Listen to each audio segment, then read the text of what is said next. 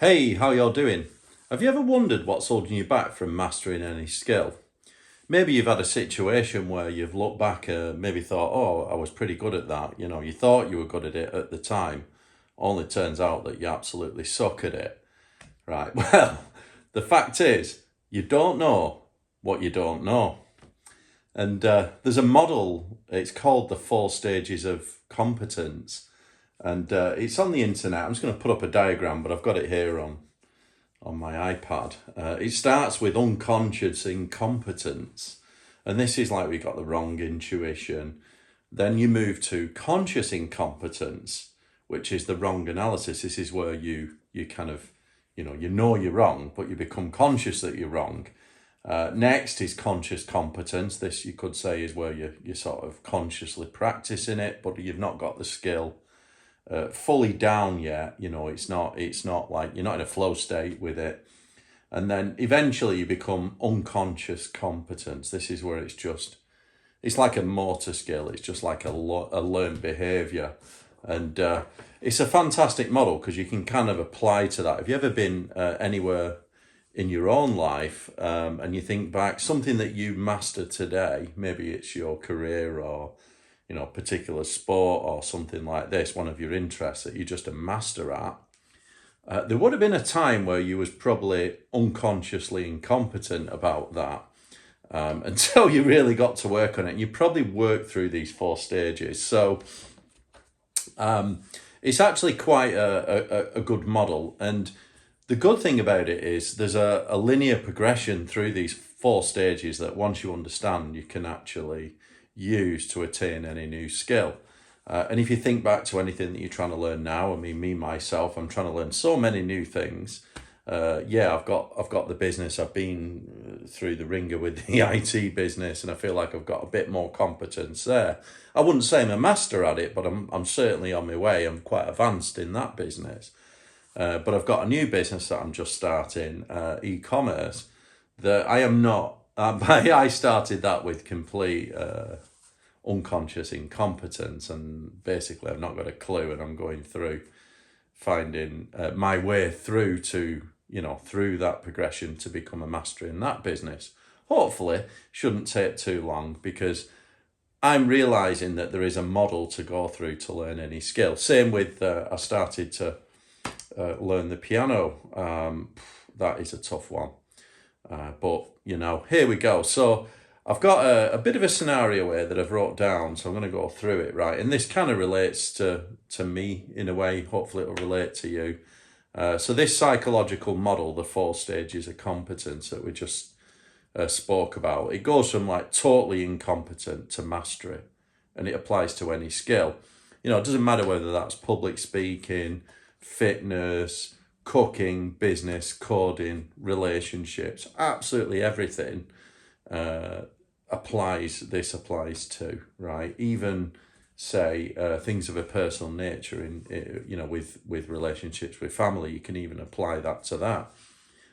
It follows the same progression, and that's the great thing. Once you understand it follows the same progression, you can kind of get your head around it and know what to expect. So if you think stage 1, unconscious incompetence, right? And this might be like, it's almost like a delusional phase where you just pick something up and you might think, right, you don't know what you don't know at this stage, right? So I've got, even if you're super confident like me, I can be cocky and stuff. I'm kind of humble enough to know that if there's an area, I've always said, when it comes to business, that you should never get involved with anything that you don't have any particular domain experience without getting that experience first. So for argument's sake, I wouldn't just look at a particular business model and just say, you know what, I'm going to start crypto trading tomorrow and think, how hard can it be? Everyone's doing it. I'm just going to make loads of money. No, you're going to get your ass handed to you if you approach it like that without any, being humble about how little you know. Because in every niche, in every domain, there are always things that catch you out. Something that I'm learning right now with e-commerce. I've been in software for years, right? And I thought, right, I'm a tech guy, I can build software, whatever, run a software business, in the data business, basically. Can't be that hard to transition to selling products using a digital website. Been building websites for years. No, there are many things in that sort of business, many niches in that business that I had no clue about, assuming it's, just straightforward. Same when I started the tech business too. I just thought I could build software and expect customers to turn up. Very quickly did I realise it wasn't, the creating of software. You can just hire a software developers. That's the easy bit. Actually selling it is where the work starts, and I got a quick realisation with that. So this first stage, unconscious incompetence, right? I'm going to give you an example here.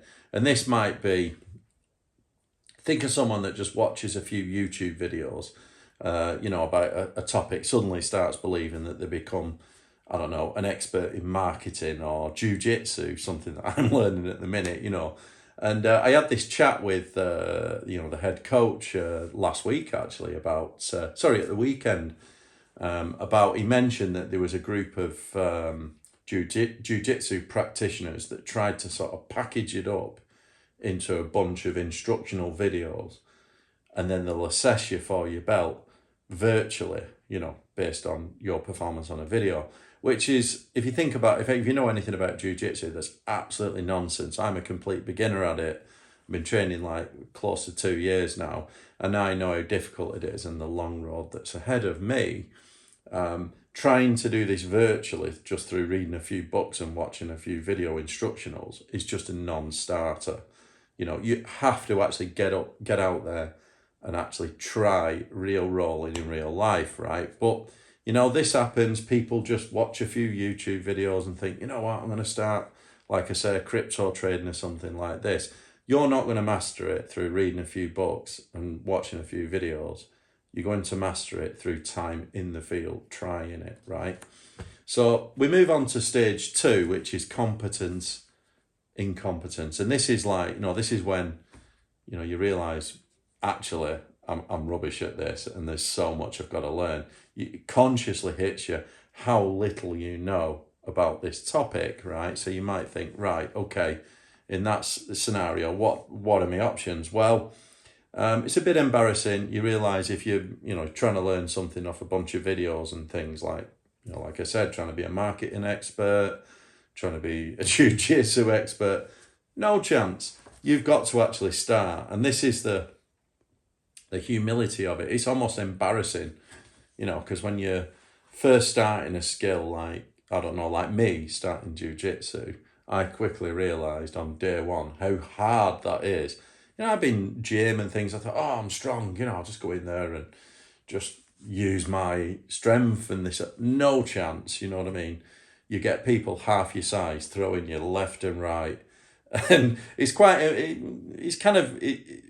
You've got to have humility, right? You could say it's embarrassing how bad you are at it at first. At this stage where you've got conscious incompetence, you realise how little you know, and you've got. Your only choice is, if I'm going to commit to this, I literally have to put in the work.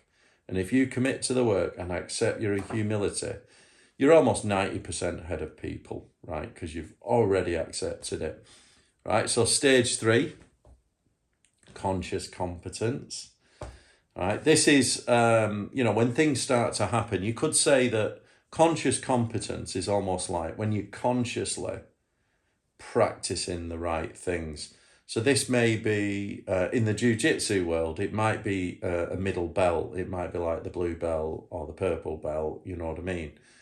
Both of them are extremely talented. Both blue belts and purple belts are absolutely good at jiu-jitsu, but they're not masters, you know what I mean? They don't master it until the later belt, brown belt, get into black belt, and then you're a master, right? So in these sort of middle belt ranges, what it says is that they've got some fundamentals down, but there is still a lot of conscious effort going in. There's still mistakes made. You're not in a flow state, basically.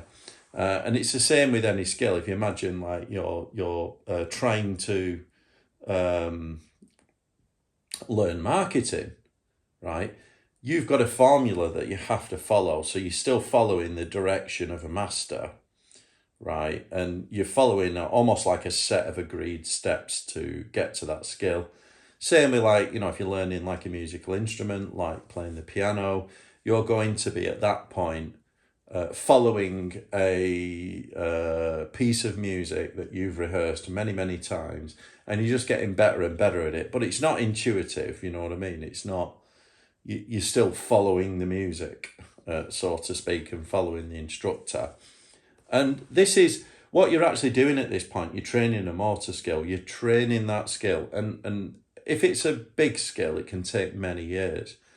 Some things are faster than others. The example about jiu-jitsu, you can be doing jiu-jitsu for 10 years or longer. A lot of the people, head coach that I go to, he's like 20 odd years now. He is a master, but there are people that are more masters than him, and sometimes he gets his ass handed to him when he goes to these international big competitions, and as good as he is, there are other people that are even better. So there's kind of no end to it, and it's the same. You think about like the example I'm talking about with marketing and e-commerce. I mean, there are people that are just veterans at marketing and e-commerce businesses, and when they start a new one, it's up and running in no time, because they've developed the motor skills, and it's almost so intuitive, right, that they just have a feel for it. So at this stage 3, conscious competence, you still have to follow a model to train yourself, because everything's training, right?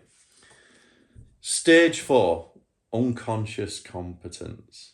You could say this is when you've really got the skill down. You're a master, and it's like a learnt behavior, a motor skill, a flow state, right? You're just in the zone and you're just doing it, right? This is real mastery, right? It's almost like where it's second nature to you, yeah? Where you've just learnt that skill. And you may be there in some areas of your life. I mean, you're certainly in the unconscious competence of being yourself. We're all masters at being ourselves. But really what we want to do when we want to develop a new skill is get to that kind of unconscious competence where we're just in a complete flow state with it. And I do believe you want to be a generalist, not too general, but you want a few skills that you can transfer into different areas, So like for me, I've got reasonable level of understand what search engine optimization is for websites and things like this. I've got a reasonable understanding of data and how to create a really highly technical piece of software for large industries. But I wouldn't say I'm an absolute master. I wouldn't say I'm in a flow state. I'm almost there with some things, like some of my consulting. But, I'm a long way off on jiu-jitsu. I'm currently moving from stage 1 to stage 2, I would say. I'm still in stage 1, basically. I don't know what I don't know about jiu-jitsu. However, if you get someone that come day 1, start jiu-jitsu day 1, I'd tackle them. You know what I mean? But anyone else, and any of the other people, like in a kind of middle belt, I just get thrown left and right, tied up in knots, and that's how it is. I know that I've probably got a few years to go at this beforehand, and that's okay, right? Because one of the things that I always promote, right, the best thing you can do is be a lifelong learner, right? I always promote this on my channel. Being a lifelong learner and trying to sort of find new skills. I think you should always try and add to your skills wherever possible. And you might think, well, how do you do that if you don't know what you don't know? Well, good practices like reading. This is why I've got a reading list on my website. And what I do when I read, I always pull things out of the books. I underline them. And that's how I create a lot of ideas for my videos. But I also you ever notice when you read a book, right, there's always one lesson in every book, right? This is a great thing. There's always at least one. Some books are packed with lessons, but a book is worth reading if you get one lesson out of it. You then need to implement it in your life, and you've got to try and read between it. What are the skills that I can attain from this? And quite often in a book, One book leads to another book and opens up doors in new skills. There's always recommended reading in books. And this is why I always think that you should commit to being a lifelong student. Me, myself, I've always been open to learning. And I'm just wondering if you ever met anyone that's like refuses to learn anything new. I know a few people like this. I do think that the worst state you can get into is if you've got a fixed mindset. And these are the people that sometimes, like, they're just not open to learning any new skills, or they don't think that they need any help, or maybe, you might suggest something, well, what about if we try this? And they're just not open to anything new. And you'll find with those people that have a closed mindset, they hate any kind of coaching or learning new skills. Don't be one of them. Always be open to learning new skills. That means you've got to commit to being a lifelong learner. We used to take the piss because one of my mates has been a full-time student his whole life. It's just gone university to university. And we used to take the mickey, like, full-time student, even now in his life. But you don't have to go into formal education. This is the other thing. All the knowledge is contained in books and on, multimedia and things. But what you must do is then put it into practice. I've done a couple of videos on this. The difference between a theologian and a practitioner is what you learn, whatever media, whether you're doing audiobooks, reading books, videos, are you then going to try that out and put it into practice? Don't be an armchair expert, right? You've got to put it into practice. This is particularly important in certain, any kind of relationship stuff, right? So whether that's personal or professional relationships, everything we get done and all our achievements in life tend to involve developing relationships of some form, whether that's a business relationship, family relationships, friends, romantic relationships. You need to learn how to communicate. And I think communication is a universal skill that everyone should learn, and you can translate it. But even if you think about it, if you think you're not open to learning certain material about relationships, I think you're missing out, right? You should go on. I've got some books on my reading list about romantic relationships, dating. I think they're great reads because not only do they translate to dating relationships, they also help you in your personal life, in your business life, because there are a lot of parallels.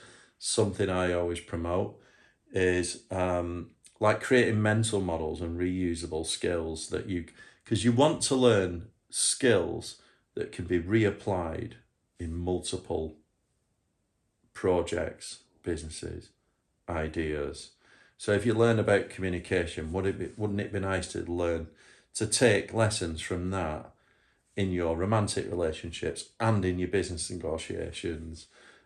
Check out some of my videos. I did one on Mark Manson's Models, which is a great book. Everyone knows I like this one. I took so many lessons from that in romantic relationships and also in business negotiation. Also Scott Walker's book, Order Out of Chaos. He was my business coach. He taught me so many things about active listening, some of the advanced communication techniques there. There are so many things. Have a look at my reading list, but just remember that the only way to learn new skills is to commit to becoming a lifelong learner. You don't know what you don't know, right?